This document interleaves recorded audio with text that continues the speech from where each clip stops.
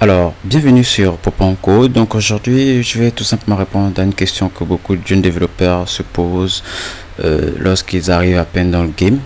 Alors donc la question ici est de savoir quel langage choisir pour le web en 2022. D'accord? Donc sachez que c'était une question absolument essentielle parce que au fur et à mesure que l'homme évolue, il y a de nouveaux langages qui apparaissent, etc. Des langages beaucoup plus performants. Et des vieux langages finissent par baisser la garde. Donc, ce qui fait en sorte que si vous avez appris, si vous avez fait votre formation sur des langages qui sont vieux, vous ne serez plus assez compétitif pour le marché du travail. Donc, il faut savoir faire ce qu'on appelle une veille technologique pour pouvoir toujours être compétitif, connaître les nouvelles sorties, les nouveaux langages, les algorithmes les plus optimisés. D'accord? Même si tout ce qui est nouveau n'est pas forcément beau. Alors, donc, le premier langage que je vais vous conseiller ici, c'est JavaScript. Donc, JavaScript a été créé par Netscape. Voilà. Donc, en 96. Donc, c'est un langage en fait qui permet de rendre des pages web interactives, d'accord. Donc sachez que à l'apparition du web, les pages étaient statiques. Ça veut dire que les données ne pouvaient pas changer au fur et à mesure que vous évoluez sur le site. Donc toutes les données étaient statiques et les données n'étaient pas personnalisables en fonction des utilisateurs. Donc c'est là où une entreprise américaine a pensé que effectivement il va falloir créer un langage qui permettra de rendre tout ceci dynamique. C'est-à-dire, c'est grâce au JavaScript, par exemple, que vous pouvez avoir le bouton like. C'est grâce au JavaScript que vous pouvez, genre, lorsque vous tapez un email votre adresse, lorsque vous tapez votre adresse email dans un formulaire, c'est JavaScript qui va permettre de pouvoir analyser votre email avant de l'envoyer au serveur pour savoir si l'email est correct ou pas. Donc c'est un langage qui n'a cessé de progresser depuis le temps de sa création jusqu'à maintenant. Surtout que de nos jours, JavaScript est partout, notamment côté serveur. Donc ça ne sert plus seulement à rendre des pages web interactives, ça sert également à créer des serveurs, d'accord. Donc aujourd'hui JavaScript a remplacé complètement PHP parce qu'à l'époque c'est PHP qu'on utilisait pour développer des serveurs, d'accord. Donc c'est le premier langage que je vous conseille comme ça. Si vous vous lancez dans le web développement en 2022, vous devez faire la part belle à JavaScript, même si JavaScript a quelques limites, que le prochain langage qu'on va voir va couvrir. Alors donc le prochain langage qu'on verra ici, ce que je vous conseille, c'est TypeScript en fait. Donc TypeScript c'est quoi? TypeScript c'est tout simplement une surcouche de JavaScript, d'accord. Donc c'est une surcouche de JavaScript, c'est aussi un langage de programmation, c'est open source. Donc ça veut dire que c'est open source, ça veut dire que vous pouvez avoir accès au code source qui a permis de développer TypeScript. Donc pourquoi je dis que c'est une surcouche de TypeScript, de JavaScript? Parce que en fait TypeScript est écrit par-dessus de JavaScript. Donc ça ajoute quelques éléments que JavaScript n'a pas, comme par exemple le type de données. Donc JavaScript n'a pas le typage, n'a pas un typage fort. JavaScript a ce qu'on appelle le typage dynamique. Le typage dynamique c'est quoi? C'est-à-dire qu'il va définir le type de données que vous envoyez et il va définir le type de la variable en fonction de la donnée que vous envoyez. Donc vous ne pouvez pas fixer dès le départ que cette variable là devra contenir des nombres. Donc c'est une erreur, c'est cette manière de programmer là, en fait, ça produit beaucoup d'erreurs, ça produit pas mal d'erreurs et ça limite en fait la sécurité de certaines applications. Donc TypeScript a été donc créé dans le but d'améliorer ce niveau là du code. Donc c'était pour sécuriser JavaScript, d'accord.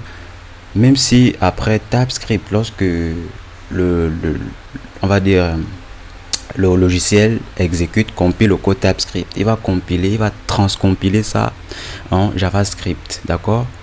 Donc tout ceci n'est que TypeScript, c'est juste un langage qui ajoute quelques petits éléments de JavaScript, mais c'est un langage à part, comprenez ça comme ça pour ne pas que vous embrouillez. Donc, vous devez aller étape par étape. Vous devez d'abord comprendre JavaScript avant de passer au TypeScript. D'accord? Mais après, vous allez tomber amoureux de TypeScript parce que TypeScript va permettre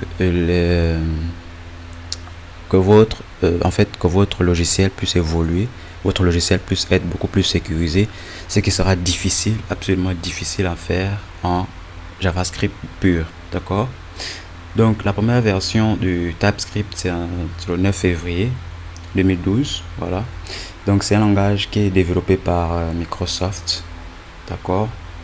Donc on a beaucoup d'éléments en fait qu'on peut trouver dans TypeScript, notamment les énumérateurs qui ne sont pas dans JavaScript. On a aussi quoi les interfaces, voilà, les interfaces qui sont des éléments de langage qui sont propres à TypeScript. Donc c'est beaucoup d'éléments comme ça, une panoplie d'éléments qu'on ne trouve pas en JavaScript. Donc c'est un langage que je vous conseille vraiment de suivre parce que ça va permettre de pouvoir monter en compétences et d'être compétitif dans le marché du travail. Donc toutes les grandes boîtes, ou du moins la majorité des grandes boîtes aujourd'hui utilisent du TypeScript à cause de ce que je vous ai dit, ça a un typage fort.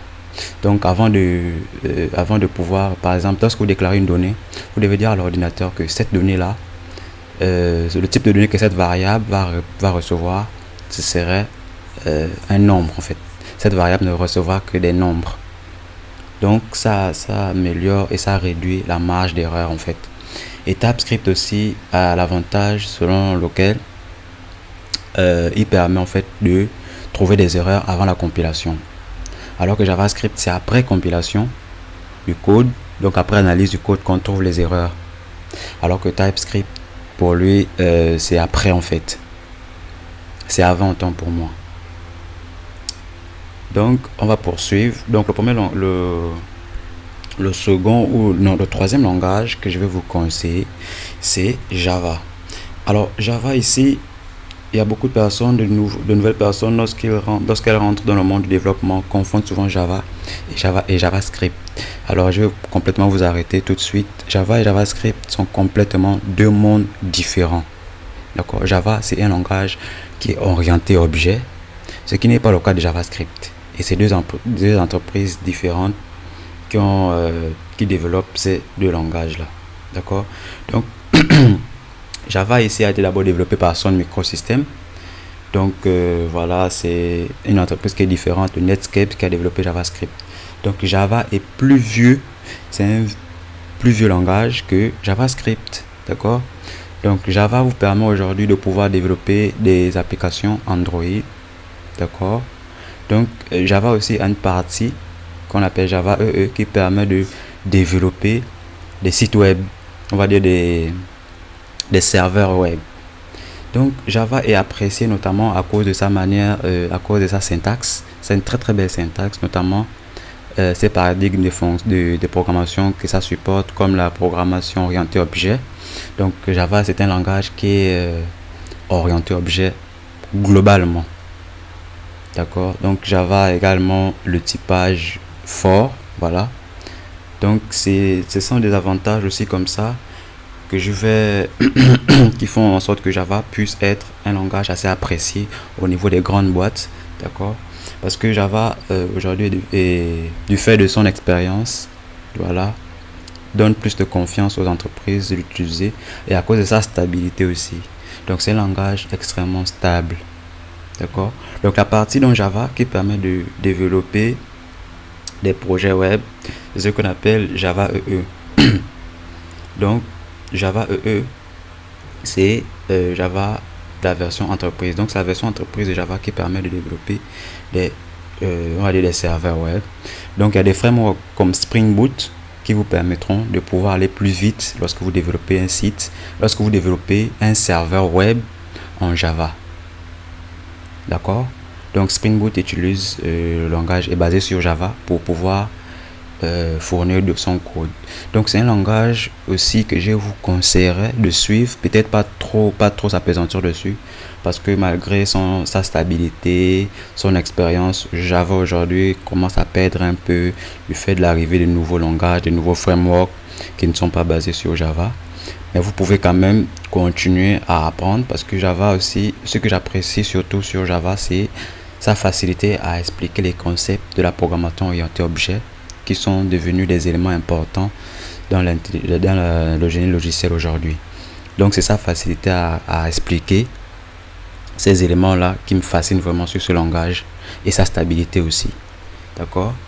Donc, le dernier langage que je vous conseillerais d'utiliser ici et qui fait beaucoup parler de lui ces 2 dernières années, on va dire ces 10 dernières années, c'est le langage Python. Donc, alors, le langage Python, c'est tout simplement, vous pouvez pas vraiment essayer de voir Python comme du JavaScript, voilà, mais c'est complètement 2 choses différentes. Donc Python, c'est aussi un langage de script. Vous pouvez faire des petits scripts à l'aide de Python, mais Python est vachement plus vaste que JavaScript, parce qu'avec Python, vous pouvez faire des applications web, des applications orientées, des applications web, donc le serveur. Vous pouvez faire un serveur en Python à l'aide de Django. Donc vous pouvez faire tout un site web en Python avec des frameworks qui ont été écrits en Python. D'accord? Donc Python, c'est un langage qui est interprété au fur et à mesure que les lignes de code s'exécutent. Donc c'est pas comme des langages compilés. Donc un langage compilé, c'est tout simplement avant le compilateur analyse tout le code, il crée un fichier unique qui va exécuter. D'accord? Donc le langage interprété, en fait, la programmation interprétée, c'est-à-dire que c'est au fur et à mesure que les écritures passent, vous voyez comme à la fin du film, par exemple, les écritures qui montent là, c'est comme ça que l'ordinateur exécute les instructions. Donc Python aussi, c'est un langage qui n'est pas très récent. Donc sa première version date des années 1991, voilà. Donc Python aussi beaucoup utilisé aujourd'hui dans l'intelligence, dans le big data. Pourquoi on utilise Python dans le big data? Parce que Python est rapide, c'est l'une de ses caractéristiques principales. Voilà, Python est extrêmement rapide et les bibliothèques en Python, Python a beaucoup plus de bibliothèques que beaucoup de langages aujourd'hui, et ces bibliothèques là sont faciles d'implémentation. Donc les bibliothèques, c'est tout simplement un regroupement, c'est tout simplement un nombre de fonctions qui sont étiquetées sur un même nom. Donc vous voyez une bibliothèque comme une boîte d'allumettes qui contient des tiges. Donc chaque allumette aura un rôle. Donc les tiges d'allumettes là, ce sont des fonctions. Voilà. Et la boîte entière, c'est la bibliothèque. D'accord?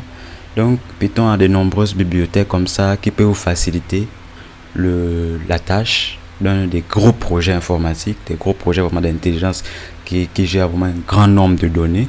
Voilà. Donc c'est un langage, c'est aussi un langage qui explique très bien beaucoup de concepts, notamment la programmation orientée objet aussi. Voilà. Donc avec Python, par exemple, vous pouvez il y a des parties de Python aujourd'hui qui commencent à vous permettre de pouvoir développer aussi des applications mobiles. Voilà.